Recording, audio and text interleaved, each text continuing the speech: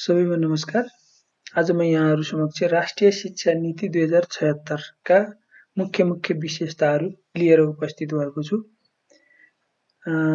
विद्यमान शिक्षा प्रणालीको बारेमा रुचि राख्ने जो कोहीको लागि तथा लोकसेवा आयोग एवं शिक्षक सेवा आयोगको तयारी गरिरहेका परीक्षार्थीहरूको लागि महत्त्वपूर्ण सामग्री हुनेछ भन्ने मैले अपेक्षा लिएको छु। शिक्षा नीतिको कुरा गरिरहँदा पहिले नीति के हो भनेर एउटा छोटो सारांशमा केही कुरा प्रस्तुत गर्न चाहे। नीति भनेको भविष्यपरक सोच एवं योजना हो। अपेक्षित नतिजा प्राप्त गर्ने मार्गदर्शन हो। लक्ष्य प्राप्त गर्न लिएका निर्णयहरू हो। यस्तै तर्जुमा भएका ऐन नियम तथा कार्यक्रमहरू हुन्। यीलाई हामी नीतिको रूपमा लिन्छौँ। र नीतिलाई सरसर्ती वर्गीकरणको रूपमा हेर्दा नियमनकारी वा सारवान नीति, ऐन नियम कानुनहरू यी सबैको लागि उत्तिकै रूपले लागू हुने खालका नीतिहरू हुन्। त्यस्तै वितरणकारी नीति, पुनर्वितरणकारी नीति, नियन्त्रणकारी नीति, आत्मनियन्त्रणकारी नीति, उत्पादनमुखी नीति, विषयगत नीति, क्षेत्रगत नीति, उपक्षेत्रगत नीति, विविध नीति, यसरी नीतिलाई वर्गीकरण गर्न सकिन्छ। अब शिक्षा नीति नै के हो भनेर सरसर्ती हेर्दा शिक्षासँग सम्बन्धित मार्गदर्शन हो। शिक्षालाई कसरी व्यवस्थित गर्ने भन्ने सम्बन्धी मार्गदर्शन हो। शिक्षा क्षेत्रलाई व्यवस्थित गर्न तर्जुमा गरिएको दस्तावेज वा योजना, शिक्षा सम्बन्धी ऐन नियम विनियम निर्देशिका कार्यविधि निर्णय आदि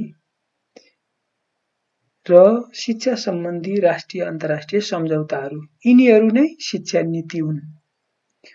र शिक्षा नीतिका स्रोतहरू सरसर्ती हामीले हेर्दाखेरि के हुन् त, कसरी शिक्षा नीति तर्जुमा हुन्छ भनेर, केलाई आधार मानेर तर्जुमा हुन्छ भनेर हेर्दा संविधान, विभिन्न आयोगका प्रतिवेदनहरू, शिक्षा सम्बन्धी आयोगका प्रतिवेदनहरू, शिक्षा सम्बन्धी राष्ट्रिय अन्तर्राष्ट्रिय सम्झौता तथा घोषणाहरू, जस्तो भनौँ दिगो विकास लक्ष्यमा पनि शिक्षा सम्बन्धी विषय छ। यो एउटा अन्तर्राष्ट्रिय सम्झौता हो। त्यसले पनि शिक्षा नीतिलाई निर्देशित गरिरहेको हुन्छ। त्यस्तै आवधिक योजना, हाम्रा त्रिवर्षीय पञ्चवर्षीय आवधिक योजनाहरू छन्। राजनीतिक दलका घोषणा पत्रहरूमा पनि शिक्षा सम्बन्धी विषयहरू उल्लेख भएका हुन्छन्। राजनीतिक दलले अब सरकार सञ्चालन गर्दै रहँदा तिनै घोषणा पत्रमा उल्लेख भएका विषयवस्तुहरूलाई आधार मानेर शैक्षिक गतिविधि, शैक्षिक नीतिहरूमा प्रभाव पार्ने, परिवर्तन गर्ने, संशोधन गर्ने कुराहरू भएका हुन्छन्। शिक्षा सम्बन्धी विभिन्न अध्ययन अनुसन्धानका प्रतिवेदनहरू, राष्ट्रको लक्ष्य, उद्देश्य तथा आकांक्षा, सर्वोच्च अदालतको आदेश वा निर्णय, यस्ता निर्णयहरू पनि नीतिका स्रोतहरू बन्दछन्। शिक्षा क्षेत्रमा भएको माग र आवश्यकता, जस्तो शिक्षक, विद्यार्थी, अभिभावक, समाज, सङ्घ संस्था यी आदिका यस्ताको आवश्यकता के त, शिक्षकको, विद्यार्थीको आवश्यकता के हो, उनीहरूको चाहना माग के हो, यस्तै समाज सङ्घ संस्था यिनीहरूको आधारमा शिक्षा नीति तर्जुमा हुने भएकोले यी पक्षहरूलाई शिक्षा नीतिका स्रोतको रूपमा लिइन्छ।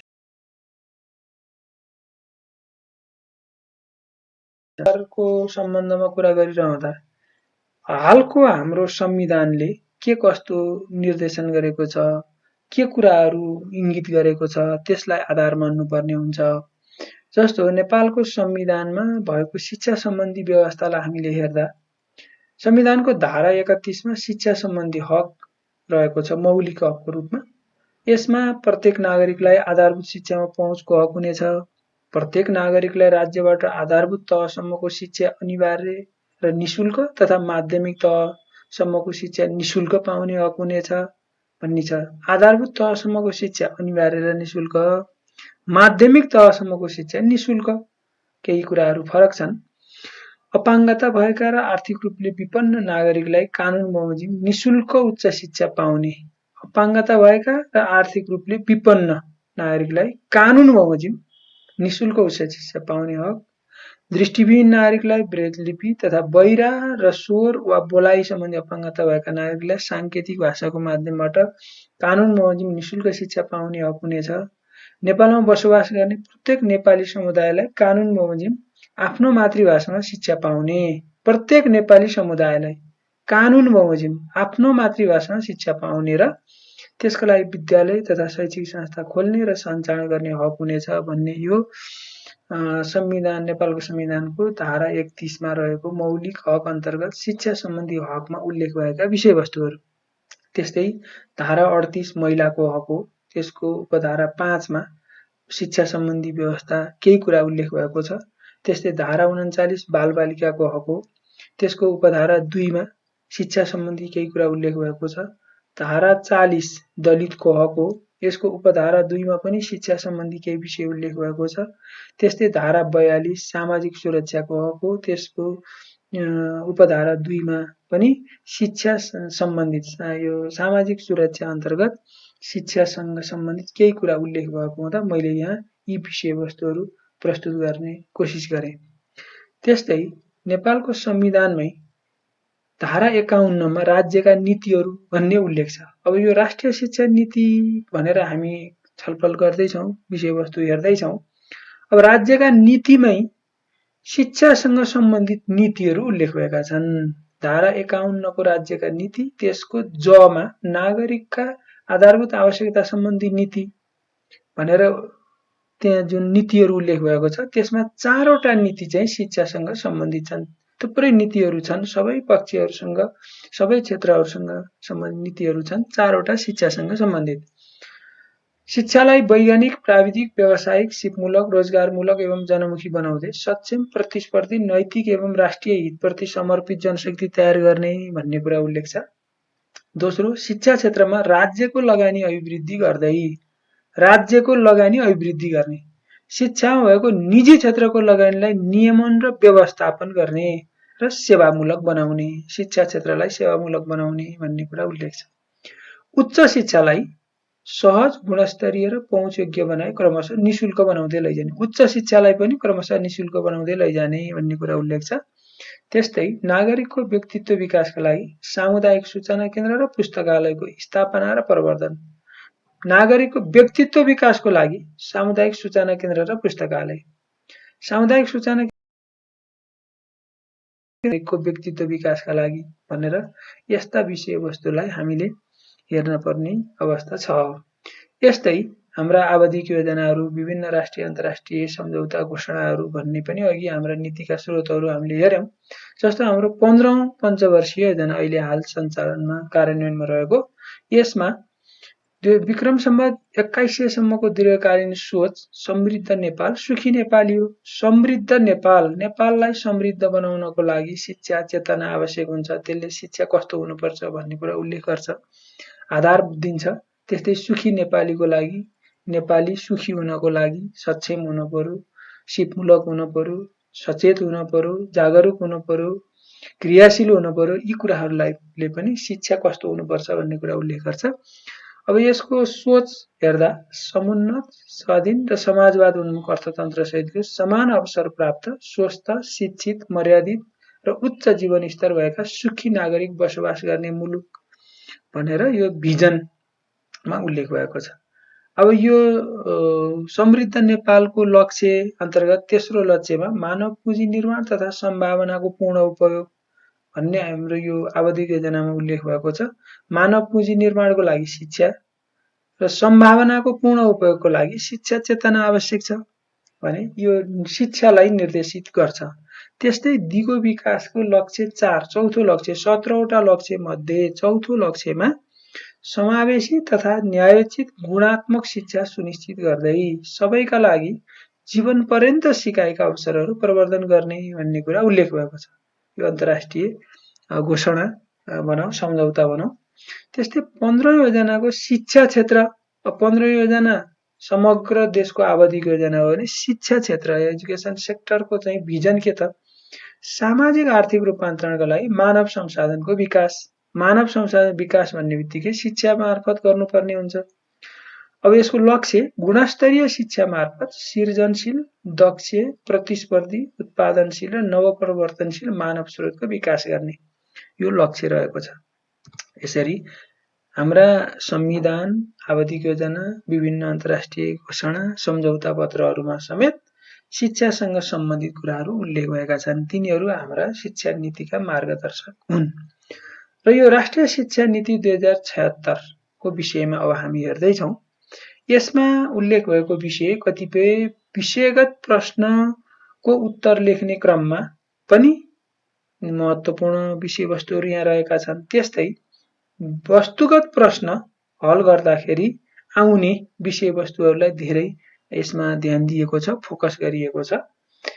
अब राष्ट्रिय शिक्षा नीति 2076 केमा आधारित छ? अघि पनि भन्यो संविधानको कुरो, हाम्रो समृद्ध नेपाल सुखी नेपाली राष्ट्रको आकांक्षा हो। त्यसले हामीलाई निर्देशित गरेको छ।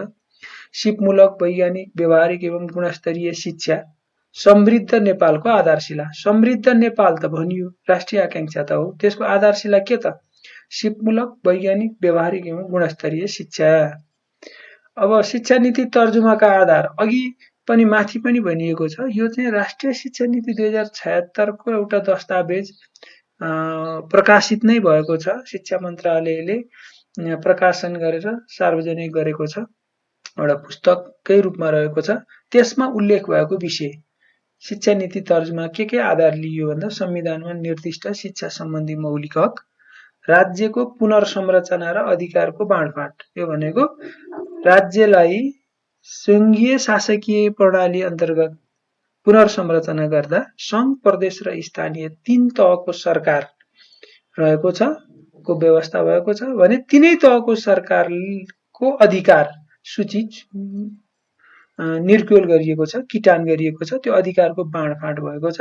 त्यसलाई पनि आधार मानिएको छ। कुन तहले के काम गर्ने भनेर बाँडफाँड भएको हुनाले त्यसलाई आधार मानिएको छ। मुलुकको सामाजिक आर्थिक रूपान्तरणका एजेन्डा, दिगो विकास लक्ष्यप्रति नेपालको प्रतिबद्धता जुन अघि भनिएको छ। यस्तै सन् 2022 भित्र अति कम विकसित मुलुकबाट विकासशील राष्ट्र बन्ने लक्ष्य नेपालको रहेको छ।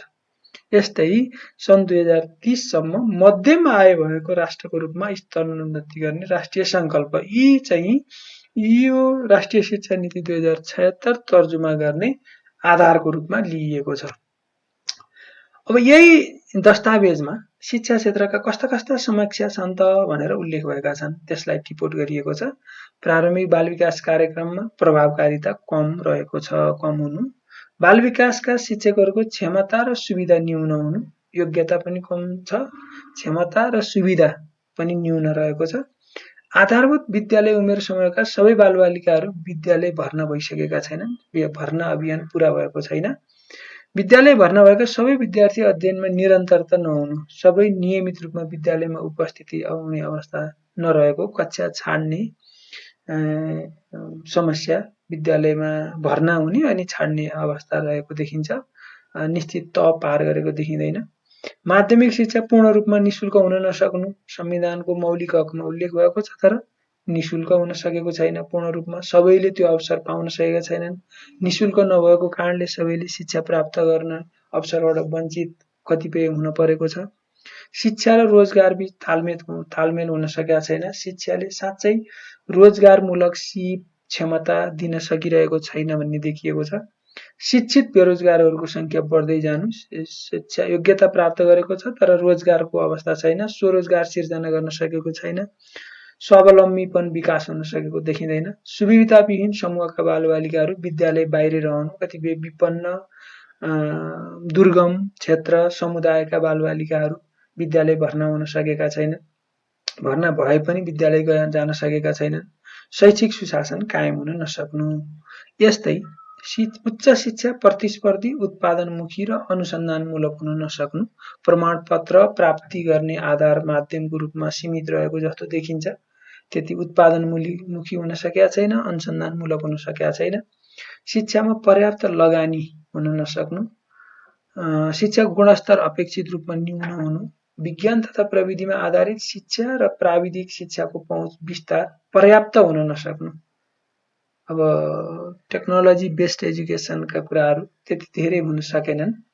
सेवा प्रवाह प्रणाली जनमैत्री नहुनु, शिक्षण प्रक्रिया अधिक परीक्षामुखी हुनु, ज्ञानमुखी, जानकारीको कुरा, स्वावलम्बनका कुरा, सिप, क्षमता विकास भन्दा पनि परीक्षासँग सम्बन्धित, परीक्षामा आधारित रहेर शिक्षण गर्ने, शिक्षण सिकाइ हुने अवस्था, शिक्षकको पेशागत क्षमता, सक्षमता, नैतिकता र उत्प्रेरणामा कमी हुनु, सार्वजनिक शिक्षामा स्थानीय समुदायको अपनत्व सिर्जना हुन नसक्नु, निजी क्षेत्रबाट सञ्चार विद्यालयहरू सेवाभन्दा नाफामुखी हुनु, यस्ता समस्याहरू रहेको भन्ने यो दस्तावेजमा उल्लेख भएको छ।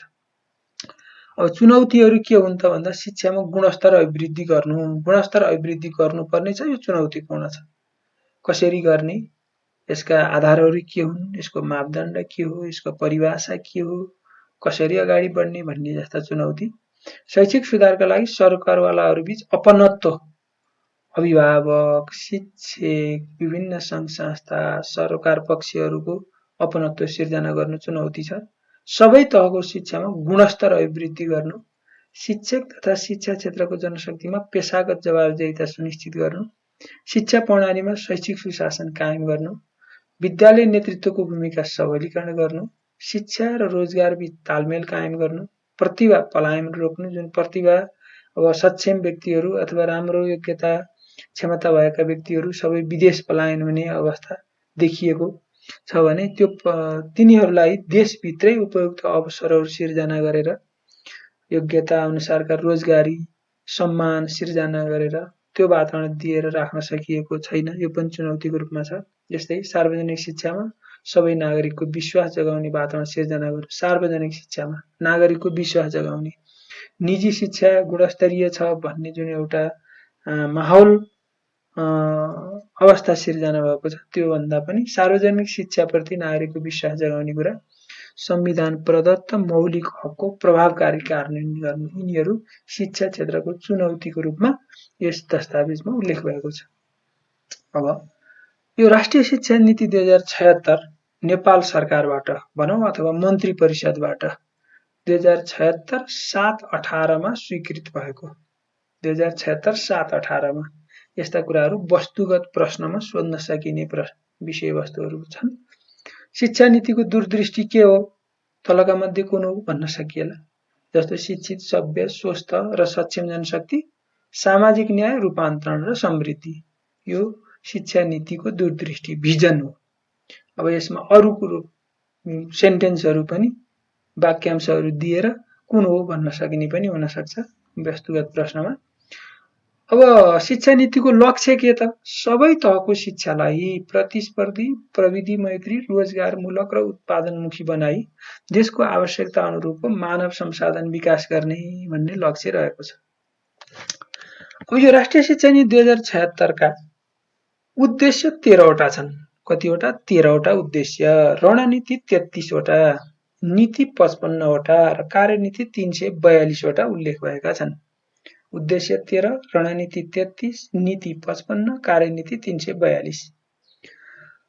यो राष्ट्रिय शिक्षा नीति तर्जुमा हुँदै गर्दा यसभन्दा पहिले शिक्षा क्षेत्रमा भएका विभिन्न नीतिहरू, यी नीतिहरू थिए तर यिनीहरूलाई खारेज गरेर, यिनीहरूलाई प्रतिस्थापन गरेर यो राष्ट्रिय शिक्षा नीति 2076 आएको हो। राष्ट्रिय शिक्षा नीति 2076 कार्यान्वयन भएपछि नेपालमा एउटै मात्र शिक्षाको नीतिको दस्तावेज छ, तर यसभन्दा पहिला विभिन्न नीति थिए। जस्तै शैक्षिक जनशक्ति विकास केन्द्रको तालिम नीति 2062, अनौपचारिक शिक्षा नीति 2063, प्राविधिक तथा व्यावसायिक शिक्षा एवं तालिम नीति 2069, उच्च शिक्षा नीति 2072 र अपाङ्गता भएका बालबालिकाहरूका लागि समावेशी शिक्षा नीति 2073। यी 5 वटा पहिलेका नीतिहरूलाई खारेज गरेर, यिनीहरूलाई प्रतिस्थापन गरेर राष्ट्रिय शिक्षा नीति 2076 जारी भएको हो। र यिनीहरूलाई, यस्ता नीतिहरू राष्ट्रिय शिक्षा नीति भनेको यो शिक्षा क्षेत्रगत नीति हो, राष्ट्रको समग्रमा शिक्षा क्षेत्रसँग सम्बन्धित शिक्षा क्षेत्रगत नीति हो भने जस्तै यो तालिम नीति, अनौपचारिक शिक्षा नीति, उच्च शिक्षा नीति, अपाङ्गता भएका बालबालिकाका शिक्षा सम्बन्धी नीति भन्ने चाहिँ यी उपक्षेत्रगत नीतिको रूपमा लिन सकिन्छ। अब अहिले यिनीहरू सबै खारेज भएका छन्, यस्ता उपक्षेत्रगत नीतिहरू अरू पनि तर्जुमा हुन सक्छन्। अब उद्देश्य 13वटा भनियो, त्यसमा महत्त्वपूर्ण कुराहरू के हुन् त उल्लेख भएका? अब यी कुराहरू वस्तुगत प्रश्नसँग सम्बन्धित कुराहरू हुन सक्छन्। यी कुराहरूलाई आधार मानेर वस्तुगत प्रश्नहरू आउन सक्छन्। विषयगत प्रश्नमा पनि यी कुराहरूलाई आधार मानेर हामीले उत्तर लेख्न सकिने हुन्छ। प्रारम्भिक बाल विकास तथा शिक्षालाई बालबालिकाको सर्वाङ्गीण विकासमा केन्द्रित गर्नु, ECD। प्रारम्भिक बाल विकास तथा शिक्षालाई बालबालिकाको के को लागि, किन यो प्रारम्भिक बाल विकास तथा शिक्षाको व्यवस्था गरिएको? बालबालिकाको सर्वाङ्गीण विकास गर्न। सर्वाङ्गीण विकासमा केन्द्रित कुन तह हो भन्दा बाल विकास भनेर यस्ता कुराहरू आउन सक्छन्। गुणस्तरीय, अनिवार्य तथा निशुल्क आधारभूत शिक्षाको प्रत्याभूति गर्नु। माध्यमिक शिक्षामा सबैको निशुल्क पहुँच सुनिश्चित गरी प्रतिस्पर्धी, सिपयुक्त एवं उत्पादनशील जनशक्ति तयार गर्नु। माध्यमिक शिक्षा कस्तो हुने? प्रतिस्पर्धी, सिपयुक्त एवं उत्पादनशील भन्ने। प्राविधिक तथा व्यावसायिक शिक्षा र तालिमबाट देश विकासका लागि योग्य, सक्षम र सिपयुक्त र उद्यमशील जनशक्ति तयार गर्नु। प्राविधिक तथा व्यावसायिक शिक्षा र तालिमको उद्देश्य के? योग्य, सक्षम, सिपयुक्त र उद्यमशील जनशक्ति तयार गर्नु। उच्च शिक्षालाई प्रतिस्पर्धी र अनुसन्धानमुखी। उच्च शिक्षालाई प्रतिस्पर्धी र अनुसन्धानमुखी बनाई ज्ञानमा आधारित समाज र अर्थतन्त्र निर्माणमा सहयोग पुर्याउनु। Knowledge based society, knowledge based economy भन्ने जुन छ, यो चाहिँ उच्च शिक्षाको माध्यमबाट भन्ने। आजीवन सिकाइ संस्कृतिको विकासका लागि अनौपचारिक, वैकल्पिक, परम्परागत तथा खुला शिक्षा। आजीवन सिकाइ संस्कृति सधैँ अध्ययन गरिरहने, जानकारी लिइरहने एउटा त्यो संस्कृति विकासको लागि अनौपचारिक, वैकल्पिक, परम्परागत, खुला शिक्षाको व्यवस्था। शैक्षिक सुशासन कायम गर्नु।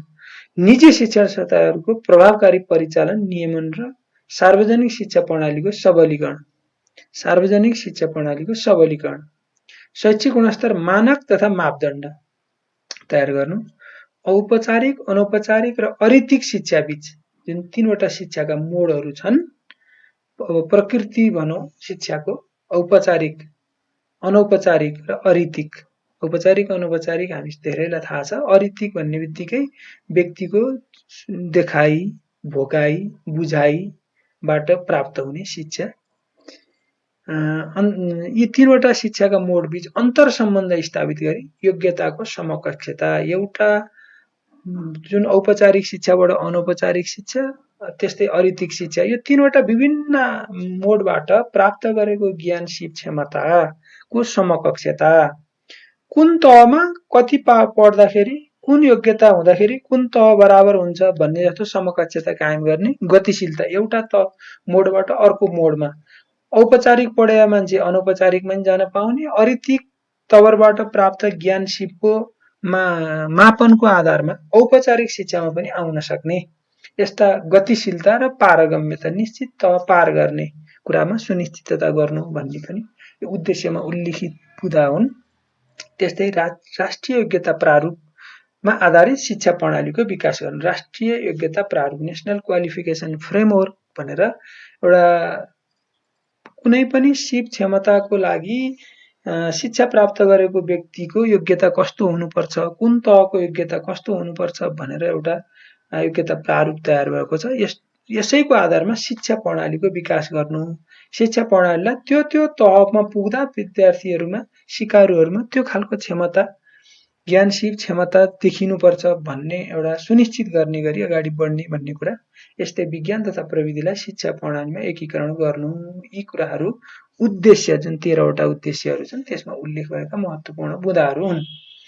र अब यसको साथसाथै शिक्षा नीतिको कार्यान्वयन गर्न र लगानी गर्न तीनै तह जिम्मेवार हुने। कुन तहको जिम्मेवारी छ कार्यान्वयनको लागि, लगानीको लागि भनेर यो राष्ट्रिय शिक्षा नीतिमा उल्लेख भए अनुसार भनेर प्रश्न आउँदा सङ्घ, प्रदेश र स्थानीय तीनै तहको जिम्मेवारी हो। कार्यान्वयन र लगानीको सन्दर्भमा कतिपय कुराहरू कुन काम कुन तहले गर्ने भनेर किटान भएको छ, तर यो समग्रमा यसको कार्यान्वयन र लगानी गर्ने जिम्मेवारी तीनै तहको देखिन्छ। अब यो राष्ट्रिय शिक्षा नीति 2076 मा उल्लेख भएका मुख्य विषयवस्तुहरू। अब यी समग्रमा मैले यसरी नै टिपोट गरेको छु। यसैबाट हामीले यसमा भएका विषयवस्तुहरू बुझ्न सकिन्छ र प्रश्न आउँदाखेरि उत्तर लेख्नको लागि हामीले अध्ययन गरेर एउटा आधार बनाउन सकिन्छ। शिक्षामा सबैको पहुँच सुनिश्चितताका लागि के गर्ने अनि पहुँच एक्सेसको लागि औपचारिक, अनौपचारिक, वैकल्पिक र खुला शिक्षा प्रणालीको अवलम्बन गर्ने चारवटा पाटा उल्लेख भएको छ। औपचारिक, अनौपचारिक, वैकल्पिक र खुला शिक्षा। माध्यमिक शिक्षा सरकार, निजी क्षेत्र र सहकारी क्षेत्रको सहभागितामा व्यवस्थापन गर्ने। माध्यमिक तहको शिक्षा चाहिँ सरकार, निजी क्षेत्र र सहकारी, यो संविधानमा पनि उल्लेख भएको 3 खम्बे अर्थनीति भन्ने कुराहरू उल्लेख भएको छ। त्यसैसँग आधारित छ सरकार, निजी क्षेत्र र सहकारी क्षेत्रको सहभागिता माध्यमिक शिक्षा व्यवस्थापन गर्ने भन्ने कुरा उल्लेख छ।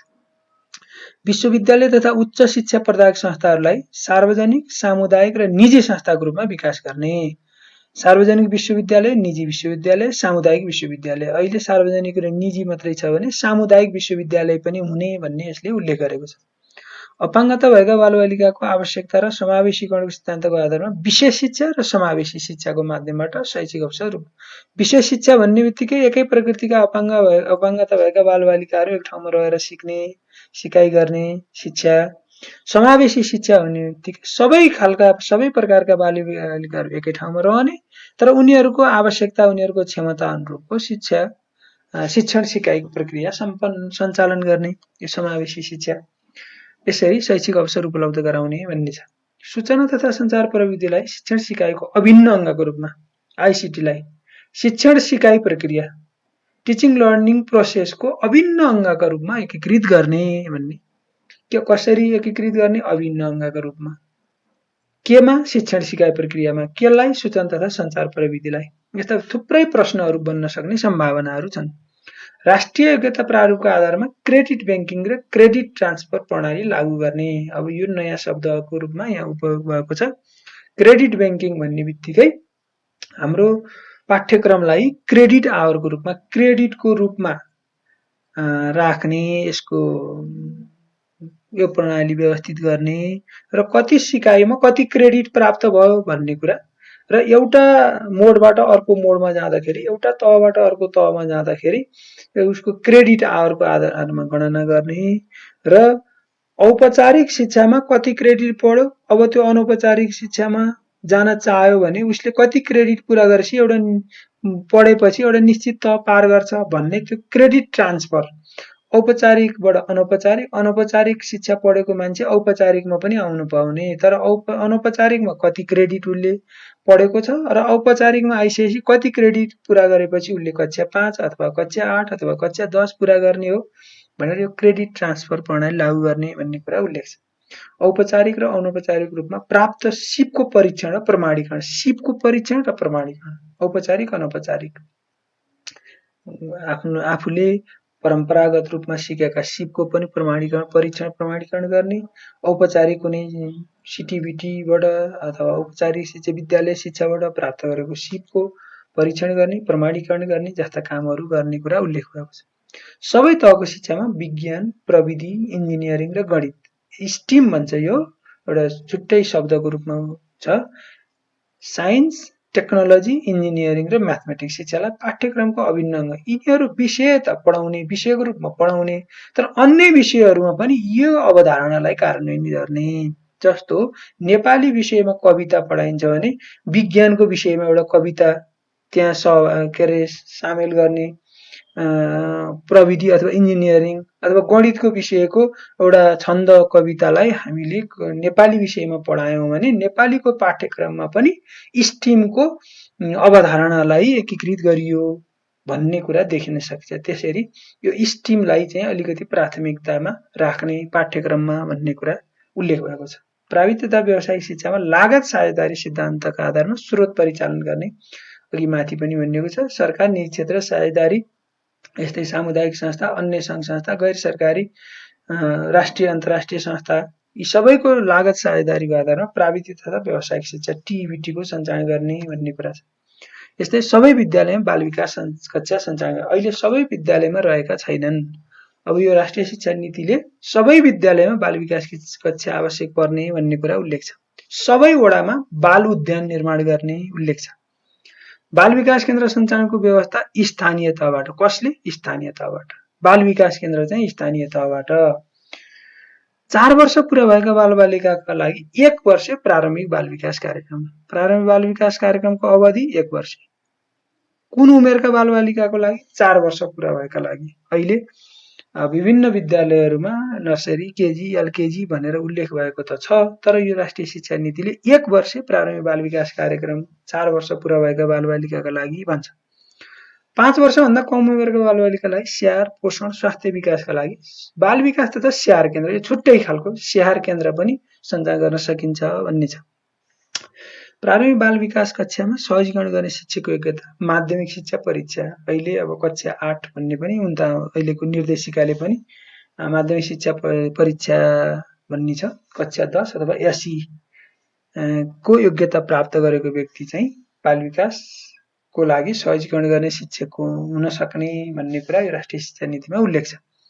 एकल मातृभाषी कक्षामा मातृभाषा, एउटा मात्रै मातृभाषा भएका बालबालिकाहरू रहेको कक्षामा मातृभाषामा अध्यापन गर्न सकिने, शिक्षण गर्न सकिने, एकभन्दा बढी भाषिक समूह, मिश्रित भाषिक समूह भएका कक्षामा बहुभाषिक माध्यममा शिक्षण सिकाइ व्यवस्था मिलाउने भन्ने यो चाहिँ काम गर्ने जिम्मेवारी स्थानीय तह। कसको जिम्मेवारी?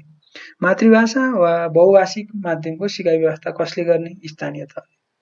प्रारम्भिक बाल विकास सम्बन्धमा संघीय तहबाट नीति तथा मापदण्ड निर्धारण र समन्वय कायम गर्ने। संघीय तहबाट नीति तथा मापदण्ड र समन्वय। आधारभूत तहका बालबालिकालाई आधा घण्टाको दूरीमा विद्यालय व्यवस्था गर्ने, सामान्यतः आधा घण्टाको दूरीमा, अन्यथा अब यो सम्भव नभएमा वैकल्पिक घुम्ती विभिन्न विद्यालयहरू, आवासीय विद्यालयहरू सञ्चालन गर्ने पनि भन्ने छ। सामान्यतः आधा घण्टाको दूरीमा, कति समय भन्ने हुन सक्छ। अनिवार्य तथा निःशुल्क शिक्षा कार्यान्वयन भए नभएको अनुगमन तिनै तहको सरकारबाट। कसले गर्ने त? यो विभिन्न कुरा कसले गर्ने भन्ने कुरा पनि आउँछ। अनिवार्य तथा निःशुल्क शिक्षा कार्यान्वयन भए नभएको अनुगमन तिनै तहको सरकारसँग प्रदेश स्थानीय।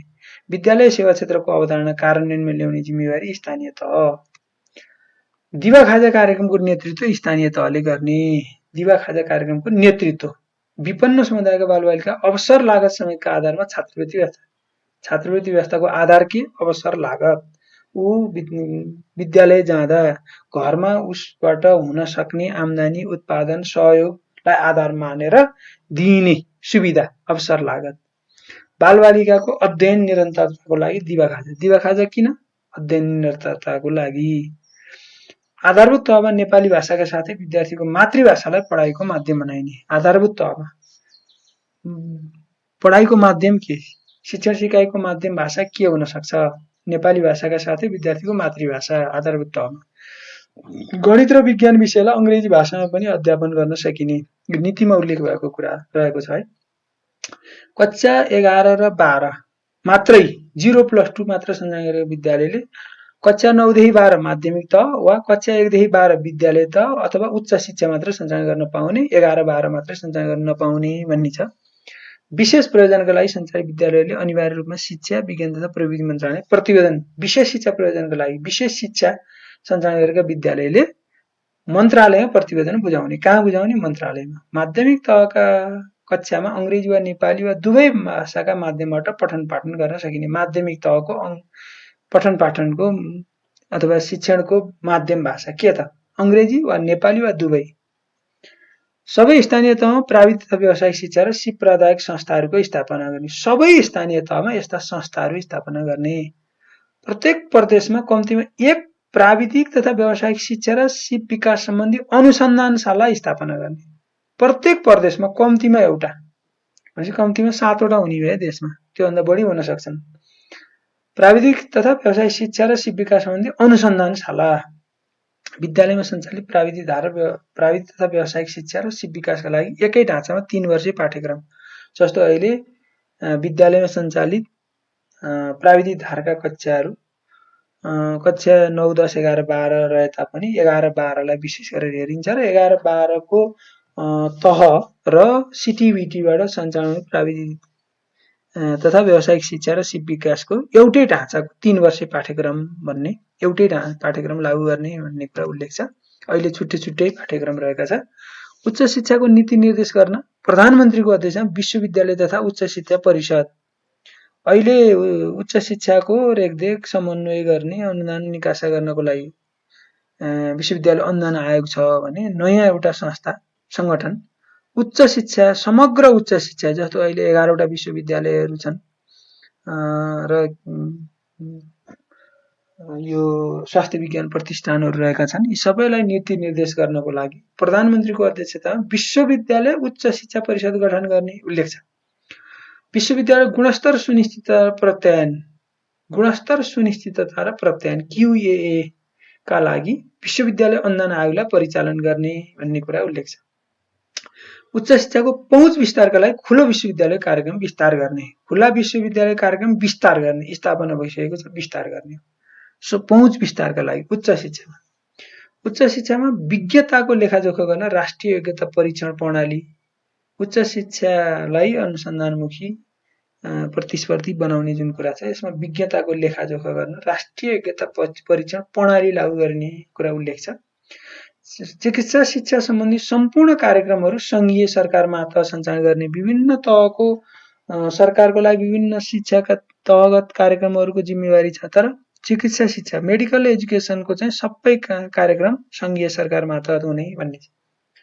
उच्च हिमाली क्षेत्रलाई पर्वतीय अध्ययन केन्द्रको रूपमा स्थापित गर्ने, पर्वतीय अध्ययन केन्द्रको रूपमा उच्च हिमाली क्षेत्रलाई राष्ट्रिय आवश्यकताका आधारमा प्राविधिक विषयमा स्नातक र साधारण विषयमा स्नातकोत्तर तहमा 1 वर्षीय राष्ट्रिय विकास सेवा गर्नुपर्ने, राष्ट्रिय विकास सेवा राविसे। यस्तो चाहिँ प्राविधिक विषय अध्ययन गर्नेहरूले स्नातक तह अध्ययन गर्दा, साधारण विषय अध्ययन गर्नेहरूले स्नातकोत्तर तह अध्ययन गर्दा 1 वर्षीय राष्ट्रिय विकास सेवामा संलग्न रहनुपर्ने व्यवस्था गर्ने भन्ने छ। शिक्षामा अनुसन्धान प्रवर्धन गर्न राष्ट्रिय शैक्षिक अनुसन्धान परिषद, राष्ट्रिय शैक्षिक अनुसन्धान परिषद गठन गर्ने। किन? शिक्षामा अनुसन्धान प्रवर्धन गर्न।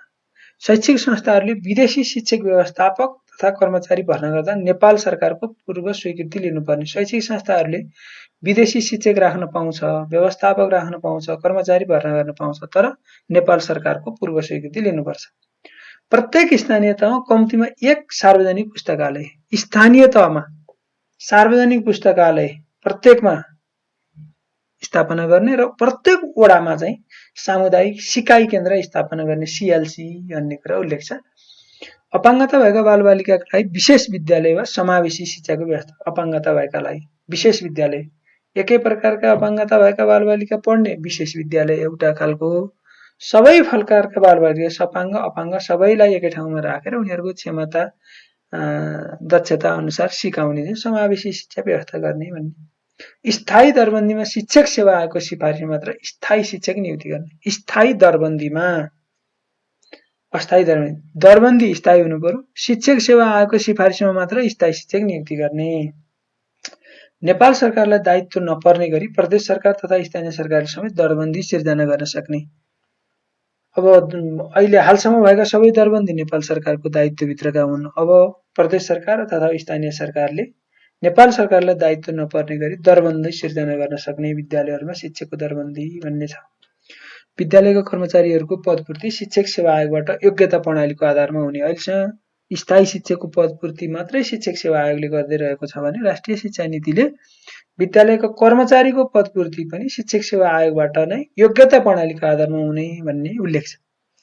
शिक्षकको पेशागत सक्षमता वृद्धिका लागि विद्यमान तालिम केन्द्रहरूलाई शिक्षण एकाडेमीको रूपमा विकास गर्ने, तालिम केन्द्रलाई शिक्षण एकाडेमीका रूपमा विकास गर्ने, रूपान्तरण गर्ने। सार्वजनिक विद्यालयको आर्थिक व्यवस्थापनलाई नतिजामुखी, पारदर्शी, जवाफदेही बनाउन सामाजिक परीक्षण। सामाजिक परीक्षण किन?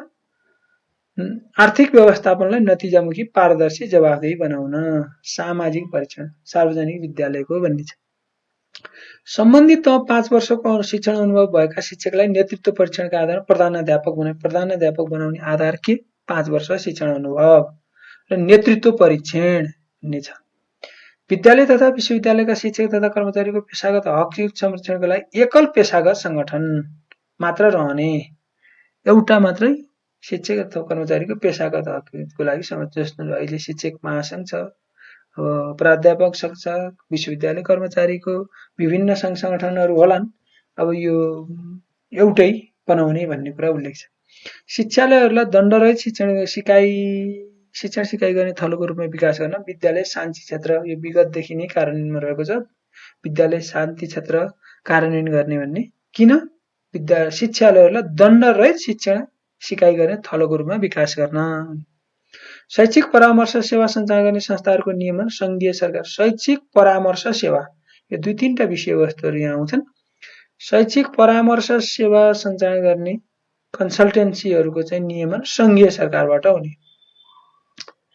अनि शिक्षकलाई प्रशासनिक रूपमा प्रधानाध्यापकप्रति र सिकाइ उपलब्धिका लागि विद्यार्थी तथा अभिभावकप्रति कसलाई को प्रति जवाफदेही बनाउने भन्ने, शिक्षकलाई प्रशासनिक रूपमा प्रधानाध्यापकप्रति जवाफदेही बनाउने, सिकाइ उपलब्धिका लागि विद्यार्थी र अभिभावकप्रति जवाफदेही बनाउने उल्लेख छ। प्रधानाध्यापकलाई सिकाइ तथा विद्यालय व्यवस्थापनका लागि विद्यार्थी, अभिभावक र स्थानीय तहप्रति जवाफदेही बनाउने र आफू पनि जवाफदेही हुनु पर्यो।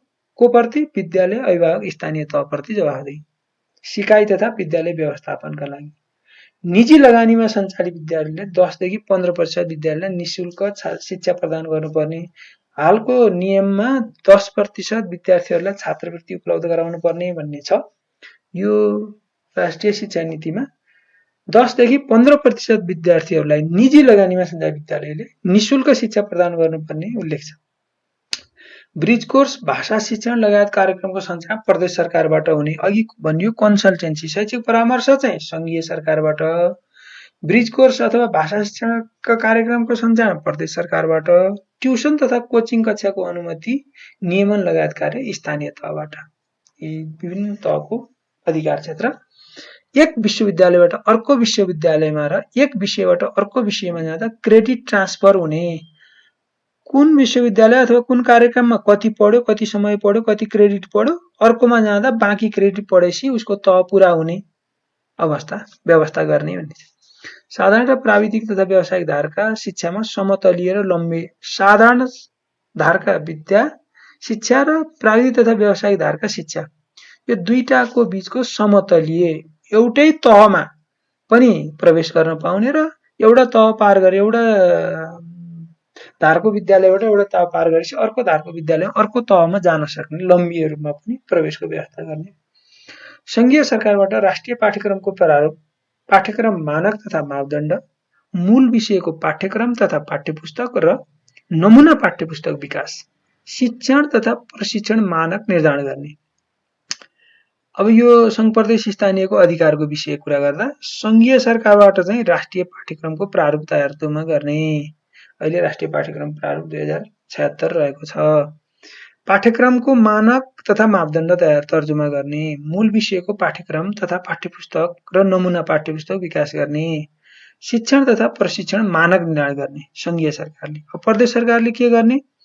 इच्छाधीन विषयको पाठ्यक्रम तथा पाठ्यसामग्री विकास तथा पाठ्यपुस्तक व्यवस्थापन गर्ने।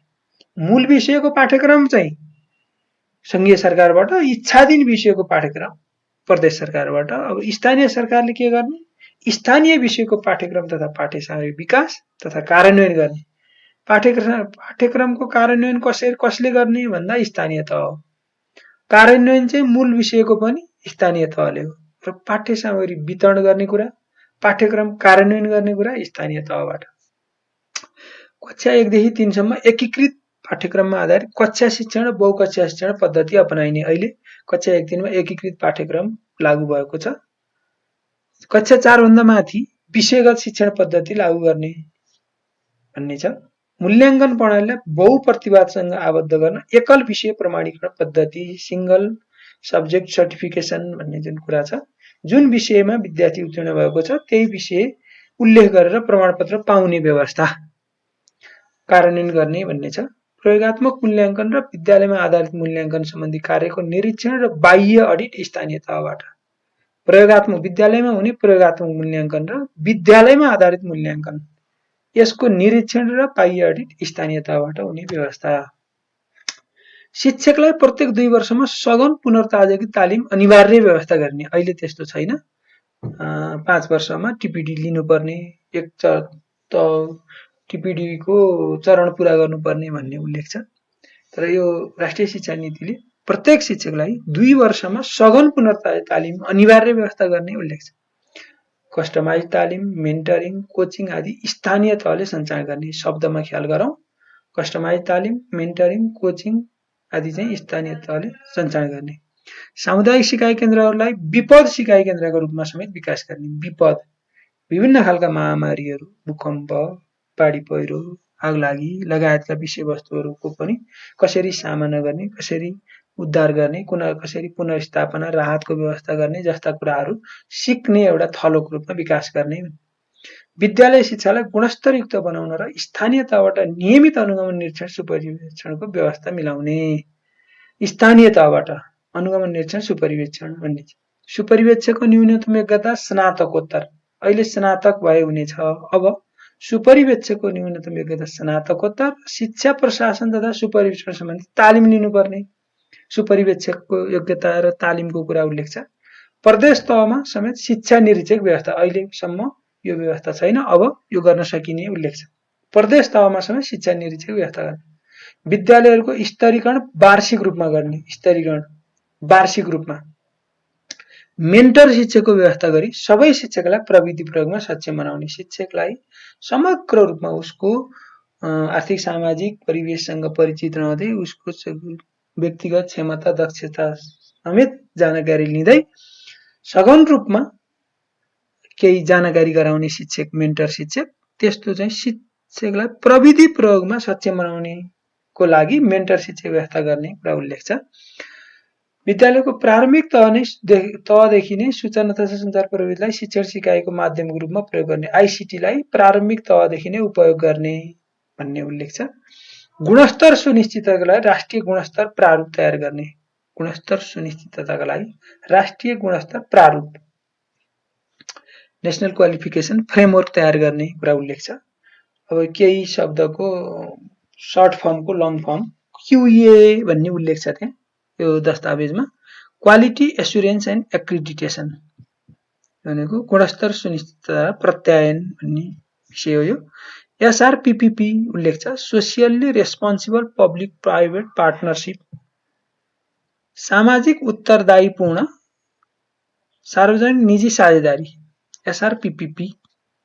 प्रत्येक 5 वर्षमा उच्च शिक्षा प्रदायक सबै शिक्षण संस्था तथा निकायहरूको गुणस्तर परीक्षण व्यवस्था। गुणस्तर परीक्षण प्रत्येक 5 वर्षमा कसको?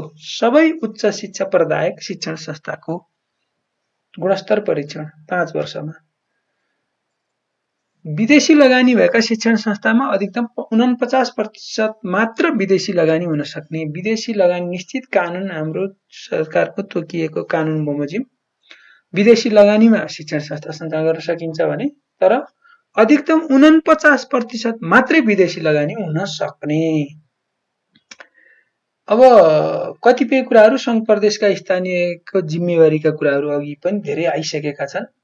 अब त्यसको साथसाथै यो दस्तावेजमा लेखिएको जिम्मेवारी नै शीर्षकमा लेखिएको कुरा पनि हेर्दा शिक्षा सम्बन्धी राष्ट्रिय अन्तर्राष्ट्रिय सङ्घ संस्थासँग सन्धि सम्झौता अभिसन्धि सम्पर्क समन्वय गर्ने सङ्घले, प्रदेश तथा स्थानीय तहको शैक्षिक विषयमा नियमन र सहजीकरण गर्ने सङ्घले, यी कुराहरू धेरै छन्। यसमा मुख्य कुराहरू उल्लेख भएका छन्। कतिपय कुराहरू अगाडि पनि आएका छन्।